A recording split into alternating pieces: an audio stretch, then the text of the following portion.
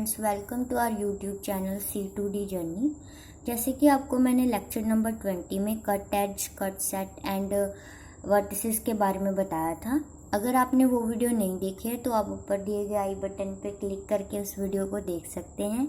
तो चलिए बिना टाइम वेस्ट करते हुए हम आज की वीडियो पे चलते हैं। आज के इस वीडियो में हम ग्राफ थ्योरी की कंटिन्यूशन में एलर ग्राफ्स के बारे में पढ़ेंगे। तो इसमें हमें क्या है, सबसे पहले हमें पाथ के और सर्किट के बारे में पता होना चाहिए। ये मैं आपको पहले वीडियो लेक्चर नंबर 19 में पढ़ा चुकी हूँ। पाथ, सर्किट क्या होता है, वॉक क्या होती है। तो आप उस वीडियो को भी रेफर करें, उसका लिंक मैं डिस्क्रिप्शन में आपको प्रोवाइड कर दूंगी।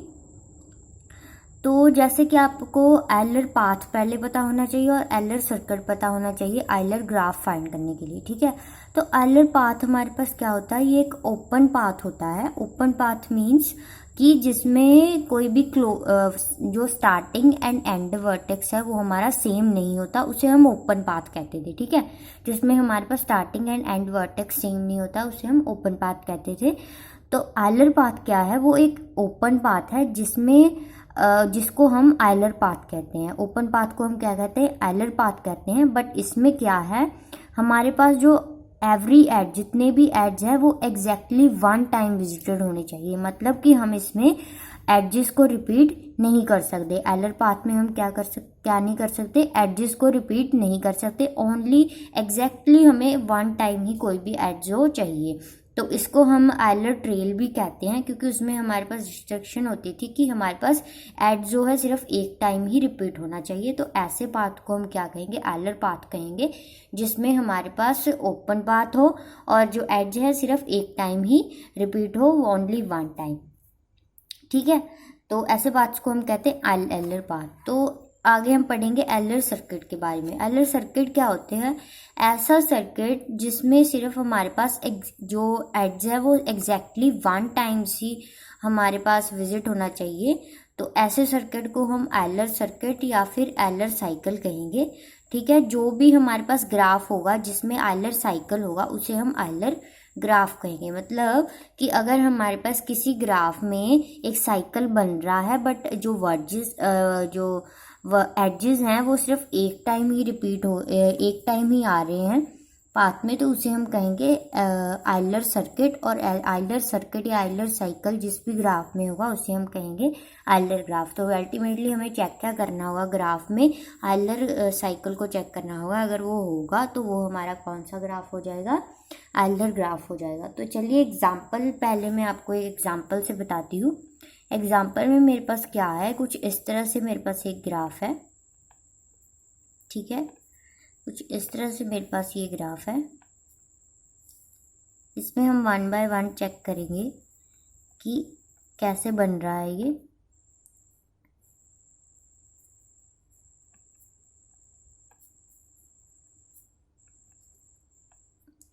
ठीक है, इसमें इस ग्राफ में मेरे पास 5 जो वर्टिसेस है, तो ये सारे एजेस है। तो अब मैं वन बाय वन इसका पाथ अगर मैं ड्रॉ करूँ या वन बाय वन मैं इसमें चेक करूँ कि इसमें एलर पाथ क्या है, तो इसमें अगर मैं देखूँ तो एलर सर्किट मेरा बन रहा है। क्योंकि अगर मैं ए से स्टार्ट करूँ, ए ई, ठीक है, ए से मैं कहाँ गई, ई, फिर ई से मैं सी जाऊँ, सी से अगर मैं डी जाऊँ, डी से फिर मैं कहाँ पे आई, ई पे, ई से मैं बी पे, बी से मैं ए पे।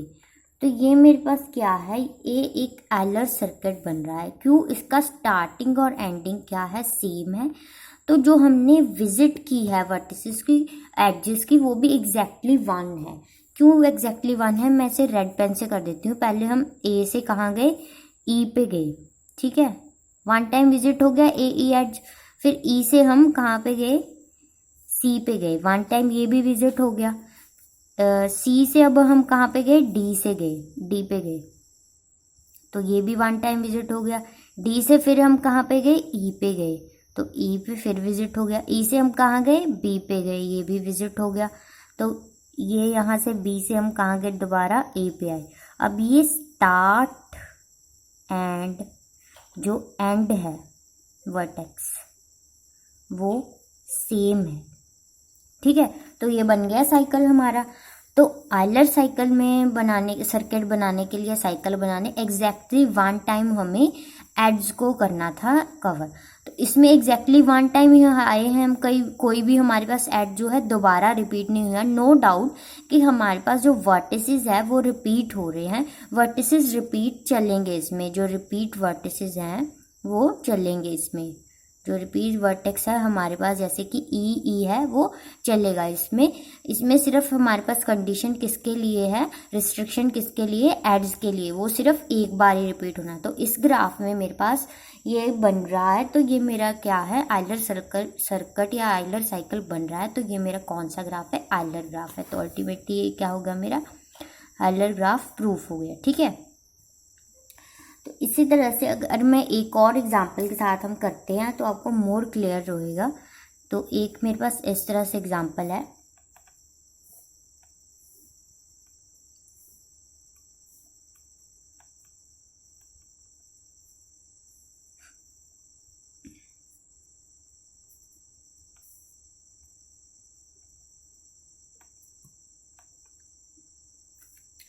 ABCDE है। ठीक है, इसमें अब मेरे पास क्या है, G2 है। इसमें हमारे पास अगर मैं पाथ बनाने की कोशिश करूँ, ठीक है, या फिर सर्किट बनाने की कोशिश करूँ, सपोज A से हम स्टार्ट हो रहे हैं, A से हम गए B पे, B से हम गए C पे, C से हम गए D पे, D से हम E पे गए, फिर हम B पे गए।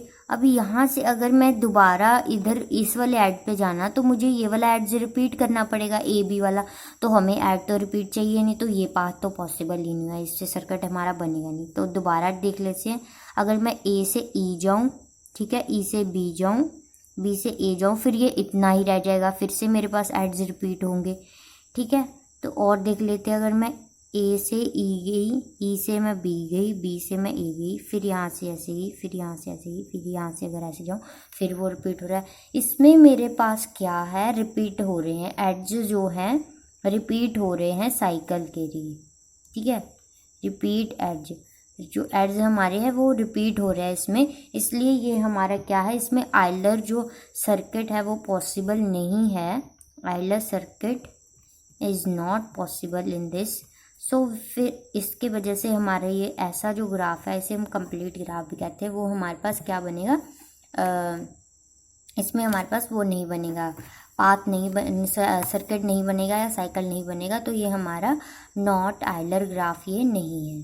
ठीक है, आयलर ग्राफ ये हमारे पास नहीं है। तो ऐसे ग्राफ्स में हमारे पास आयलर पाथ अवेलेबल नहीं होता या आयलर सर्किट अवेलेबल नहीं होता, वैसे ग्राफ्स हमारे आयलर ग्राफ नहीं प्रूफ होते।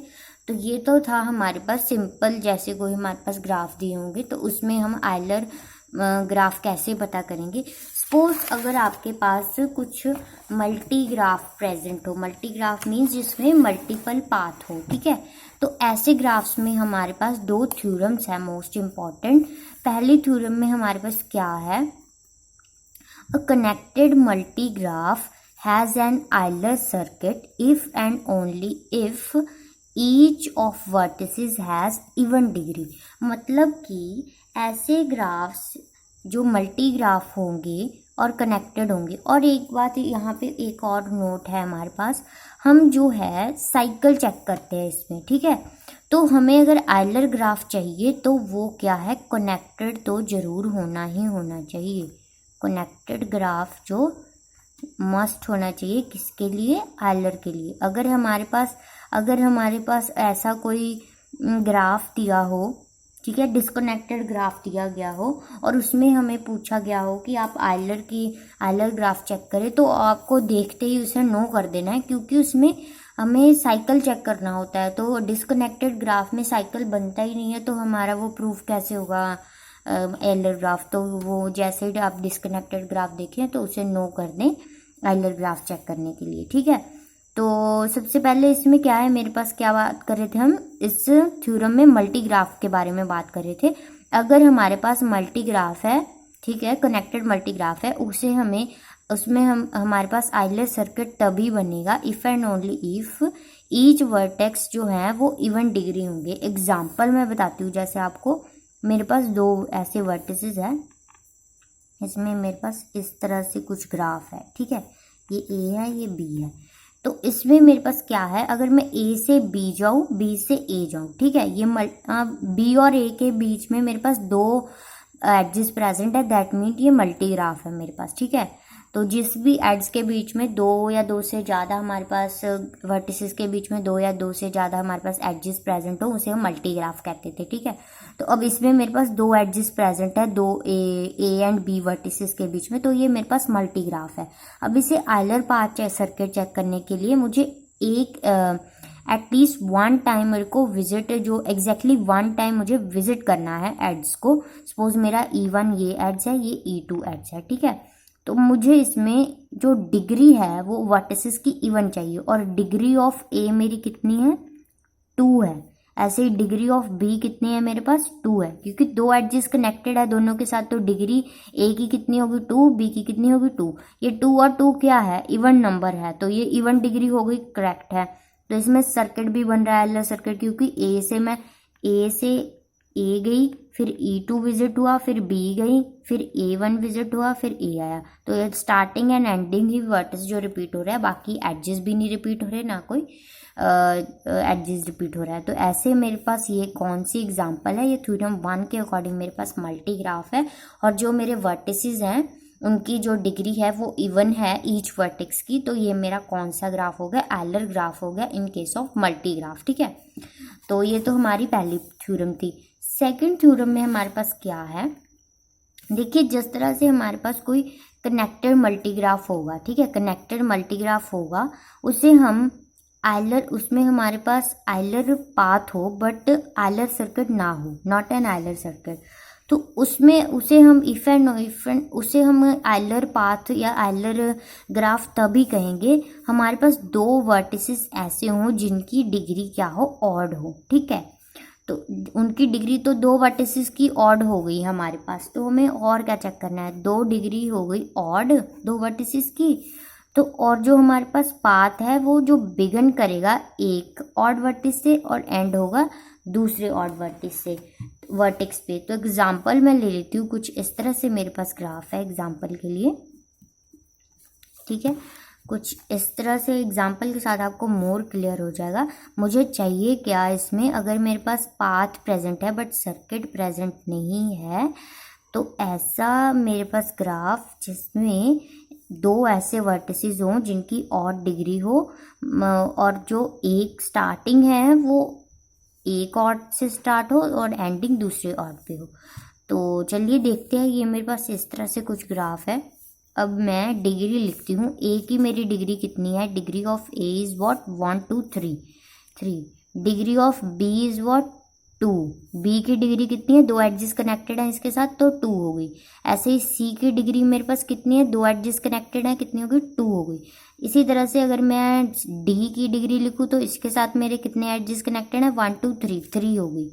तो इसमें दो मेरे पास ऐसे वर्टिसेस हैं जिनकी डिग्री ऑड है। कौन कौन से vertices, A and D.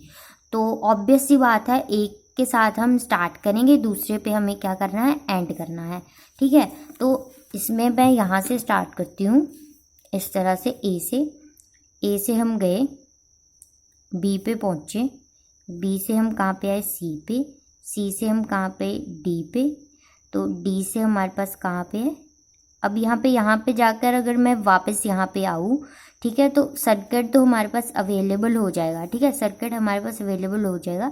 But ये क्या है, जो मेरा ऑड वाला ऑड डिग्री वाला वर्टिस है ये दो बार ही रिपीट हो जाएगा, तो ऐसा हमें नहीं चाहिए। ऑड पे ही ख़त्म हो, ऑड एक ऑड पे ख़त्म हो, दूसरे ऑड पे स्टार्ट हो, ऐसा कुछ चाहिए हमें। तो इस पर अगर हम स्टार्ट करें, इस पर ख़त्म करें, तो मेरे पास पाथ क्या बनेगा, आइलर पाथ।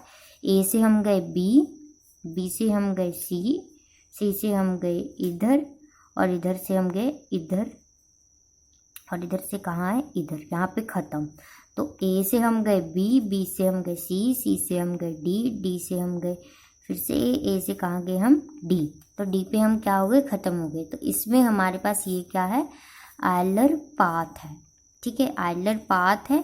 स्टार्ट हमने कहाँ किया, यहाँ से, और एंड हमने कहाँ किया, यहाँ पे। दोनों की डिग्री क्या है, ऑड है, ठीक है।